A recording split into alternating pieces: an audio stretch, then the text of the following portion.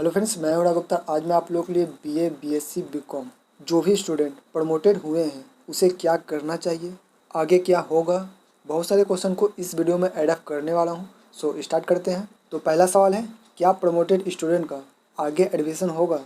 तो इसका आंसर साफ और सटीक है कि आप आगे एडमिशन करा सकते हैं। यानी कि अगर आप पार्ट 1 में हैं तो पार्ट 2 में आप एडमिशन करा सकते हैं। अगर आप पार्ट 2 में प्रमोटेड हुए हैं तो पार्ट 3 में आप एडमिशन करा सकते हैं। सवाल नंबर 2, जो प्रमोटेड हुआ है क्या उसे सभी विषयों का फिर से एग्ज़ाम देना होगा? तो इसका आंसर है नहीं। अगर आप जिस भी विषय में प्रमोटेड हुए हैं सिर्फ आपको उसी का एग्ज़ाम देना है, बाकी सभी को आप छोड़ सकते हैं। यानी कि आप मान लो कि आपका ऑनर्स हिस्ट्री है, उसमें आप 70 नंबर ले आए हैं। दोनों पेपर को मिलाकर अगर आपने 70 नंबर ले आया तो पास हो गए।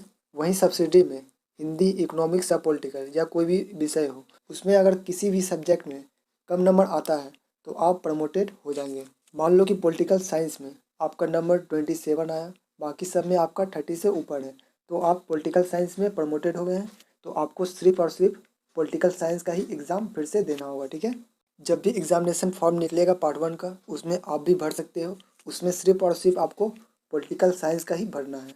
इसी तरह अगर आपका हिस्ट्री ऑनर्स में कम नंबर आया है और अगर आप प्रमोटेड हो गए हैं तो आपको हिस्ट्री ऑनर्स, पॉलिटिकल साइंस इस तरह से आपको फॉर्म में भरना होगा। इसी तरह अगर आपको लगता है कि सभी विषयों का आपको फिर से एग्ज़ाम देना चाहिए, कम नंबर है, तो आप फिर से सभी विषयों का एग्ज़ाम दे सकते हैं।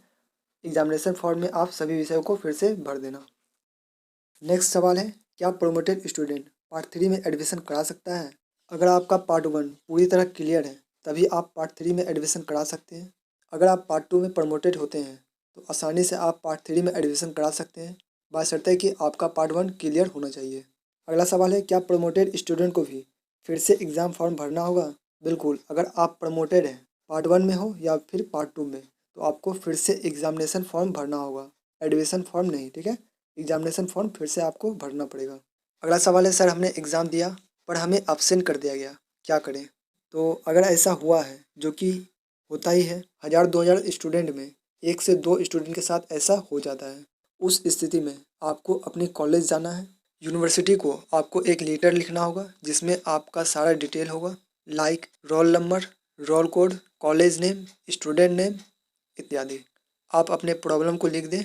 आपका जो भी ऑनर्स है उस ऑनर्स टीचर से संपर्क करें, उसका सिग्नेचर लें, प्रिंसिपल का सिग्नेचर, कॉलेज का मोहर। ये सभी करने के बाद आपको यूनिवर्सिटी जाना है। यूनिवर्सिटी में अपना लेटर को दें, अपनी समस्या को बताएं। आगे आपको यूनिवर्सिटी द्वारा बताया जाएगा कि आपके साथ एग्जैक्टली क्या हुआ है। क्या आपने एग्ज़ाम दिया है और गलती से सिग्नेचर छूट गया जिसके कारण आपको अब्सेंट कर दिया गया है, या फिर कोई और बात है, ये सभी आपको यूनिवर्सिटी द्वारा क्लियर किया जाएगा। हो सकता है कि यूनिवर्सिटी द्वारा आपसे कुछ टाइम मांगा जाए, लाइक 2 दिन, 4 दिन या 7 दिन। आपको एक स्लिप ले लेनी है या फिर उस लेटर का फोटोस्टेट करा लेनी है जिससे आपके पास एक सबूत रहे। उसके बाद अगर आपने एग्ज़ाम दिया है और यूनिवर्सिटी में एग्जामिनेशन पेपर अवेलेबल है तो उस पेपर को रीचेक किया जाएगा, उस नंबर को आपके नंबर के साथ ऐड कर फाइनल रिजल्ट जारी कर दिया जाएगा। तो गाइस, आज के लिए इतना ही। कोई भी सवाल हो तो कमेंट सेक्शन में आप पूछ सकते हो। मैं पूरी कोशिश करूँगा उस सवाल का जवाब देने का। तब तक के लिए अपना ख्याल रखना। जय हिंद।